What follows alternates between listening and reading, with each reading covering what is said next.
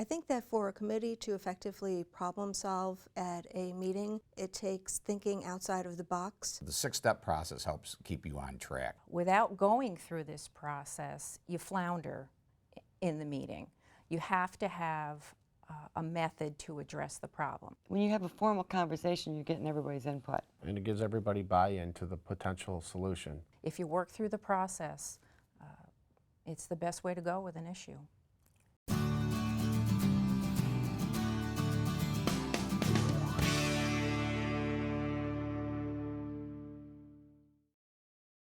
Labor management committees were created to solve problems. It's what we were born to do. And many of the issues that we deal with in meetings are solved easily with some good old-fashioned dialogue and communication. Having the opportunity to get face-to-face with each other helps clear up many day-to-day issues. But for more complex problems, a higher level of systematic problem solving may be required. Labor management committees operating at a level 2 or 3 will be ready for this process when they have established good meeting structure and strong working relationships. This module will demonstrate the six-step problem-solving process for high-functioning labor management committees. We'll explain the strategies for each step and then show you what it looks like in action with an example from our own committee. So, are you ready to conquer the world? Well, then let's get started. The 6 steps of the problem-solving process are: define the problem, identify the causes of the problem, brainstorm possible solutions, select the best solutions, implement the plan, and follow up, evaluate, and monitor progress. On the surface, these may sound pretty basic, but taking the time to really delve into each step so that you're working with the best information possible is the fine art of problem solving. So let's delve into each of these steps. The first step to solving any problem is to define the problem. Before you start coming up with solutions and action plans, you have to know what specific issue your labor management committee is trying to tackle. Many times, committee members will think they're bringing one issue to the meeting, but then, after examining it further, realize that issue was actually a symptom and the problem is something deeper. That's why it's important to really take the time to thoroughly explore this question. Here are some of the things your committee should ask as it tries to define the problem. How often does the problem occur? When does it occur? When doesn't it occur? Where does it occur most often? And who tends to be involved with the problem most often? Make sure that your members are answering these questions with only facts and data and not working from assumptions or opinions. To check yourselves, keep asking, how do we know this? These strategies will help your labor management committee come up with a very specific problem statement. Our committee decided to use this process to improve recycling on our campus. Let's take a look at how we work together to define the problem in step 1. So we're using the next half hour to try to tackle our problem with recycling. Now, we currently have a program in place, but it has still been brought to us as something that needs attention. So I'd like to start this discussion with the question, what about our current program isn't working? The problem is compliance. People aren't putting things in the proper bin. There are plastics in the paper bin. People are putting trash in the plastics, and there are recyclables in the regular garbage cans. And how do we know this? Well, the complaint initially was raised by the janitorial staff. They're accruing OT because they're manually separating the trash from the recyclables. People are treating the bins as if they're single-stream recycling. But we don't have the labor hours allocated for that type of post-sorting. Is it a problem of people not doing what they're supposed to, or just not knowing what to do? Well, where is the problem happening? I know that many of the stations do have postings on the bins about how to sort waste. So if it's still happening at those stations, it's not really a case of people not knowing what to do, is it? It must be something else. So it sounds like our problem statement is that trash is not being sorted properly at the waste stations across campus. At the dining facilities, recycle bins are being utilized but being contaminated with trash. And at most other locations, recyclables are being thrown away. The impact of this problem is that the janitorial staff is trying to comply with the executive order by correcting the situation and manually sorting, but is using overtime to do so and costing us a great deal of extra money. Once you've defined the specific problem you're trying to solve, it's important to determine why it's happening.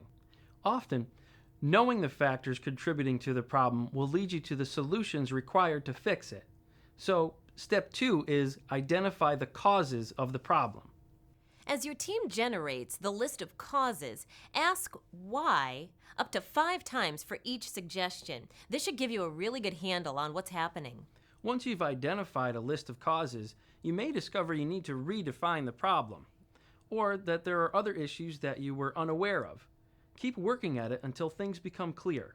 Here are some of the causes our committee identified in step 2. You know, I've heard some feedback that there aren't enough bins on campus, that even people who want to recycle throw it in the trash because they can't find a bin close to them. So one of the causes of the recycling being put into the trash is that we don't have enough bins in strategic locations. Well, why don't we have enough bins? I know that budget was a factor when the program was initially implemented. So it was decided we'd consolidate and put one bin in a central location rather than spread 5 over a wider radius. And now what's happening is that once that one bin is overflowing with recyclables, people start putting their recyclables in the trash. But in the dining areas, this problem is reversed. There's not enough room in the trash bins, so people start using the recycling bins for trash overflow there. Let's ask why again. Why couldn't we get the budget to add more bins? Well, I don't think anybody could have seen that the fallout of not having enough bins was going to be overtime, extra labor hours. But maybe now that there is such a severe cost implication, the return on investment on the bins is going to be more clear. Well, let's go back and revisit the question of training versus compliance. In the places where there are well-placed, good-sized bins, why are people still not sorting properly? I'm not sure we communicate well enough that the program's in response to an executive order.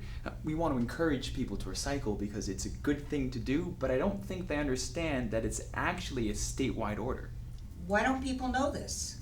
Well, we haven't communicated it in the campaign. Why not? I think we'll have to talk to the communication folks to find out why they initially stayed away from including this information. You know, if we think it will help with compliance, it may be worth revisiting. Now it's time to start getting creative, my favorite part. Step 3 is brainstorm possible solutions. This is where labor management committees with good working relationships really shine. Successful brainstorming requires open minds. Keep the brainstorming moving quickly. Call out ideas without stopping to discuss them or evaluate whether they'll work. There's plenty of time for that in later steps. The important thing during this phase is getting as many suggestions as possible. Encourage everyone to participate and build on one another's ideas. Make sure you record the ideas as you go. I like to think our committee is pretty good at this step, don't you? Well, we certainly came up with a lot of proposed solutions. Let's tune in. We have 15 minutes left to spend on this agenda item. Thanks, Devin. Now that we're in the brainstorming phase, let's do a lightning go-around. Call out ideas, whatever comes to your mind first, just so that we can get some suggestions out there. Laura? Apply for a capital expenditure so that we can get more bins, bigger bins, so that they hold more and they don't have to be emptied twice a day. Do posting on the internet to let people know that the bins are coming. Maybe we can make it fun leading up to it. Something like a banner. The bins are coming, the bins are coming. Maybe do an analysis to see where the bins are most needed. I'd love to put together a subcommittee to study the question and come up with the best strategies. I think we need better diagrams that show the do's and don'ts of sorting, with pictures showing things properly sorted and things improperly sorted with big red X's on them. You know, we could even have them laminated and put on both the trash cans and the recycling bins. Mm-hmm. We need to find a way to involve more people other than just us. We won't be able to police the efforts just ourselves. What if we created a special team, like a green team, to help spread the word and get behind the effort? We can make them special T-shirts to help identify them. Maybe they could help put together some type of recycling competition. Like whichever facility generates the most recyclables would get a prize or recognition. Hey, that's a good one.